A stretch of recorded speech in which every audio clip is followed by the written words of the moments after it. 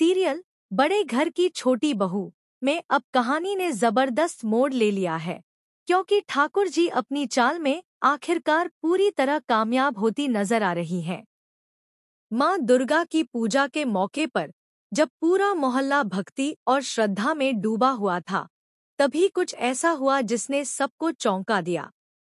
आहाना, जिसे दुर्गा देवी ने हमेशा अपनी सबसे प्यारी और संस्कारी बहू माना था, भरी सभा में अचानक उग्र व्यवहार करने लगी।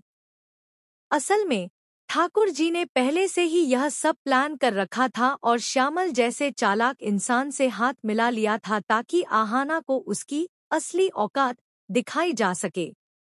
श्यामल ने बड़ी चालाकी से पूजा के समय आहाना के लिए लाए गए शरबत में भांग मिला दी, जिसे पीते ही आहाना नशे में बहक गई और फिर जो हुआ, उसने पूरे परिवार और मोहल्ले की इज्जत को सवालों के घेरे में ला दिया। आहाना ने न केवल बदतमीजी की, बल्कि दुर्गा माँ की पूजा में भी खलल डाला। वहीं ठाकुर जी ने इस मौके का भरपूर फायदा उठाया और तुरंत दुर्गा देवी को बुलाकर बोली, देखो अपनी लाडली बहू की करतूतें।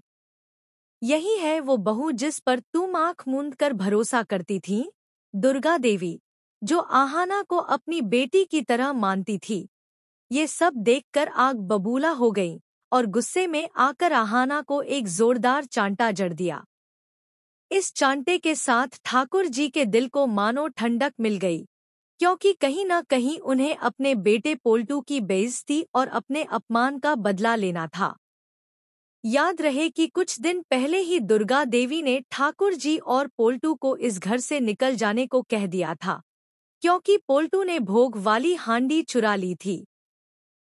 पोल्टू की इस हरकत की वजह से पूरे परिवार को शर्मिंदगी उठानी पड़ी थी और आहाना ने सबके सामने उसे ताना मारते हुए कहा था कि अब वह हांडी लाकर अपने हाथों से साफ करेगा और महाराज जी को सौंपेगा, वरना पूरा मोहल्ला जान जाएगा कि पोल्टू ने मां दुर्गा की पूजा का अपमान किया है।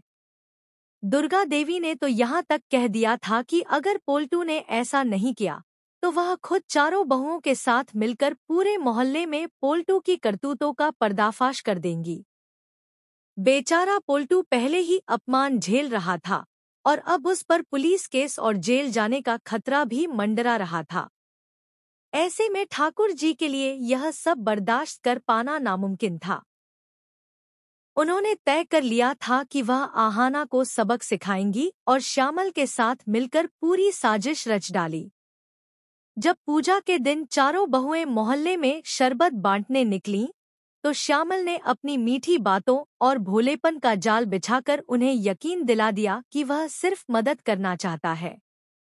बहुएं भी धोखा खा गईं और किसी को शक नहीं हुआ कि श्यामल उनके खिलाफ षड्यंत्र रच रहा है। श्यामल ने आहाना को शरबत का जो गिलास थमाया, उसमें पहले से ही भांग मिला दी गई थी।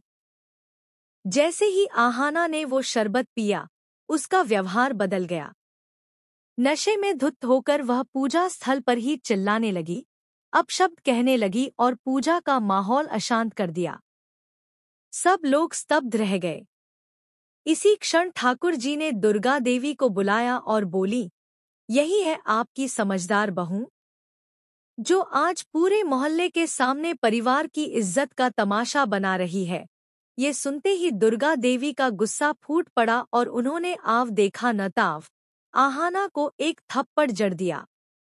आहाना कुछ समझ नहीं पा रही थी कि उसके साथ क्या हो रहा है, पर पूरे मोहल्ले की नजरें अब उसी पर थी। ठाकुर जी का मकसद पूरा हो चुका था, पोल्टू की बेइज्जती का बदला लिया जा चुका था और दुर्गा देवी का भर